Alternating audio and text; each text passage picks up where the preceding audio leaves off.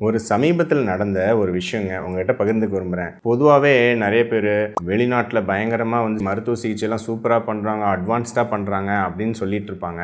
அதெல்லாம் இல்லை அப்படிங்கிறதுக்கு ஒரு உதாரணம் சொல்கிறேங்க. சமீபத்தில் ஒரு குழந்தை என்கிட்ட கூட்டிகிட்டு வந்திருந்தாங்க. ஒரு 7-8 வயது இருக்கும். அவங்களுக்கு 6 மாதமாக அப்பப்போ மூட்டு வலி வருதுங்க. ஸோ மூட்டு வலி, மூட்டு வீக்கம் வருது. அவங்க ஒரு ரொம்ப பணக்கார ஒரு அரபு நாட்டில் இருக்காங்க. சரிங்களா? அங்கே 6 மாத காலமாக அவங்க ஜென்ரல் ப்ராக்டிஷனர் பார்த்துட்டு பேசிக் ஏதோ அடிபட்டிருக்கு அப்படிங்கிற மாதிரி சிகிச்சை எடுத்துகிட்டு வந்திருக்காங்க. ஒரு ஸ்பெஷலிஸ்ட் பார்க்கணும் அப்படின்னு நினச்சப்ப அவங்களால அப்பாயின்மெண்ட்டு அவங்களுக்கு கிடைக்காம பார்க்க முடியல. சரி, ரொம்ப நாளாக இருக்கே அப்படிங்கிறதுக்காக வந்திருந்தாங்க. வரும்போது இங்கே என்கிட்ட பார்த்துருந்தாங்க. காலையில் வராங்க.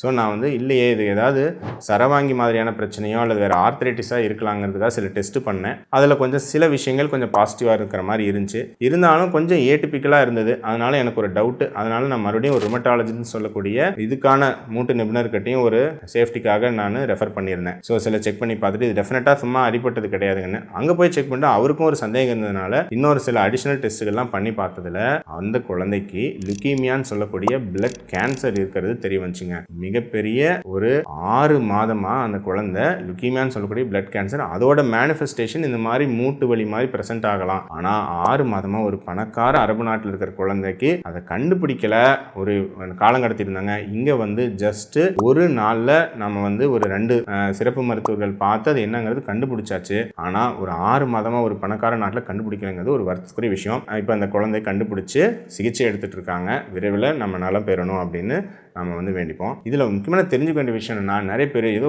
நம்ம ஊரெல்லாம் சிஸ்டமே சரியில்லைப்பா, டாக்டரே சரியில்லை நினைப்பாங்க. கிடையாதுங்க.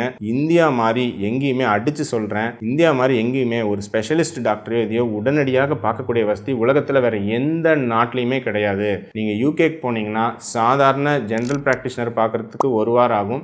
சும்மா ஒரு குழந்தை நல மருத்துவரை பார்க்குறதுக்கு 2 வாரம், 1 மாதம் டைம் ஆகும். கேன்சர் ஸ்பெஷலிஸ்ட் இவங்கெல்லாம் பார்க்கணும்னா 3 மாதம், 6 மாதம், 1 வருஷம் வெயிட்டிங் டைம் ஆகும். வெறும் அப்பாயின்மெண்ட் டாக்டரை பார்க்குறதுக்கே. அதுக்குள்ளே நிறைய பேர் நோய் முற்றி இறந்து போகிறவங்க ஏராளம் அந்த ஊரில். சரிங்களா?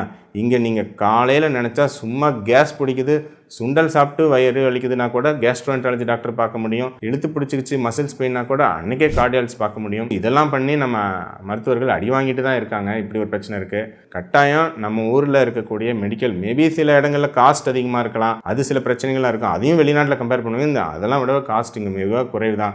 அரசு மருத்துவமனைகள் இருக்குது, நீங்கள் ஸ்பெஷலிஸ்ட் டாக்டர் உடனே பார்க்க முடியும். ஸோ கட்டாயம் ஏதோ இந்தியானா தரக்குறைவுன்னு மட்டும் நினைக்காதீங்க. இந்த உதாரணத்தை நான் பகிரணும். இந்தியாவில் எந்த அளவுக்கு ஹெல்த் கேர் இருக்குங்கிறதுக்கு தான் இந்த கதையை நான் உங்ககிட்ட பகிர்ந்துக்க நான் விரும்புகிறேன்.